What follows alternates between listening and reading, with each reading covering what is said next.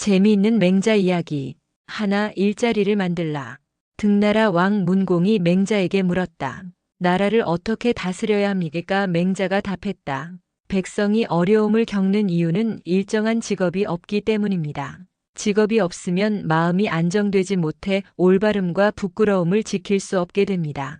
형벌로 다스리게 되면 백성을 악하게 만들 뿐입니다. 문공이 다시 물었다. 살아갈 직업이 없으면 도덕으로 이끌 수 없습니까? 맹자가 다시 답했다.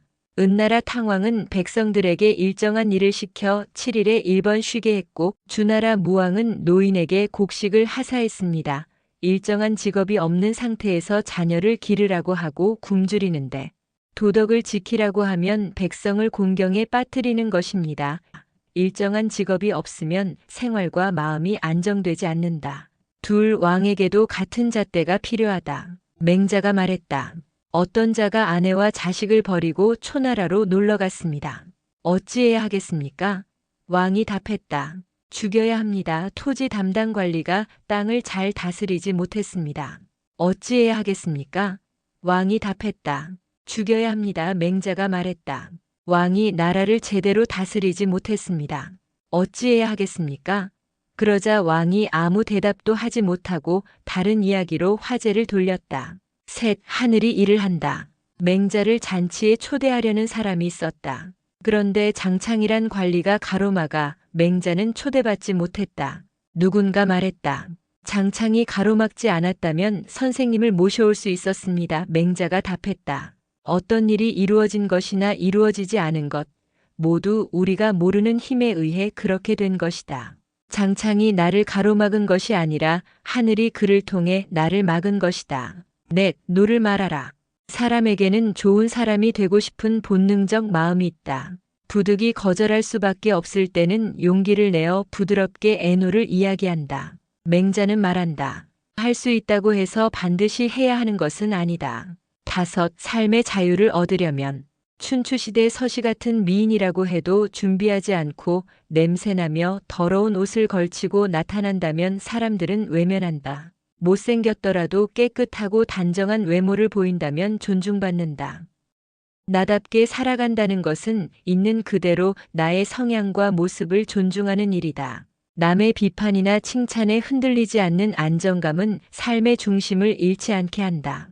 맹자도 부동심을 얻는데 오랜 시간이 걸렸다. 작은 갈등과 고민이 찾아올 때 마음의 중심을 잡고 흔들리지 않는다. 이것이 삶의 자유를 얻는 길이다. 여섯, 당당하게 살아가려면 맹자는 깊고 튼튼한 뿌리를 내려 세찬 바람에도 흔들리지 않는 큰 나무와 같은 마음을 호연지기라고 불렀다. 호연지기는 단지 감정을 억누르고 참는 마음이 아니다. 내면에서 우러나와 마음 전체를 채우고 흐르는 커다란 기운이다. 내면에 뿌리 깊은 철학과 신념이 있는 사람은 마음이 흔들리지 않는다. 공손추가 물었다. 호연지기가 무엇인가요? 맹자가 답했다. 지극히 크고 매우 강한 마음이다. 고듬을 바탕으로 의를 실천해 마음속에 길러지는 기운이다. 올바름과 정의로움을 쉬지 않고 행하면 길러지는 기운이다. 공손추가 다시 물었다. 고듬과 도덕은 무엇인가요? 맹자가 다시 답했다. 의란 마땅히 행해야 하는 바른 도리다. 고듬은 도리에 따라 정직하게 행해하는 것이다. 불의를 행하면 호연지기는 약해진다. 공손추가 또 물었다. 호연지기를 직접 기르신 것인가요? 맹자가 또 답했다. 맞다. 나는 호연지기를 길렀다. 공손추가 거듭 물었다. 어떻게 기를 수 있는지요? 맹자가 거듭 답했다. 마음을 바르게 하고 바른 행동을 하면 자연스럽게 길러진다. 마음에 부끄러움이 없고 정의를 따른다면 마음에 강한 호연지기로 채워진다. 사욕과 불의를 행하면 그 기운이 사라진다. 호연지기를 가진 사람은 당당하다. 호연지기는 나의 삶의 중심을 지지하고 있는 자긍심이다. 흔들림 없는 마음의 힘이다. 일곱, 가르치지 말라. 영향력의 핵심은 내면에 있는 따뜻한 마음과 진심 어린 배려다. 맹자가 말했다. 사람의 병폐는 남의 스승 되기를 좋아하는 데 있다. 보통 사람은 자신의 생각과 방식을 충고와 조언의 형식을 빌어 상대방에게 쉽게 전한다. 그러나 함부로 가르치지 않아야 한다. 내가 먼저 변화하는 것이 마땅하다. 여덟, 전쟁을 시작한 나라는 망한다. 초나라로 가는 길에 송견이 맹자를 만나 물었다. 선생께서는 지금 어디로 가시는지요? 맹자가 답했다. 초나라 왕을 만나 설득하러 갑니다.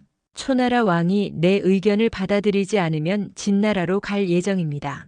진나라 왕도 내 말을 듣지 않으면 2명의 왕이 당하는 재난을 기다릴 것입니다. 송견이 물었다. 감히 선생의 뜻을 알고 싶습니다. 맹자가 답했다. 사람은 인의로 상대를 설득해야 합니다. 초나라 왕과 진나라 왕은 강한 군대를 내세워 이익을 얻으려고 하고 있습니다. 만일 초나라나 진나라가 의를 버리고 이익만을 추구해 전쟁을 일으킨다면 전쟁을 시작한 나라가 패배할 것입니다.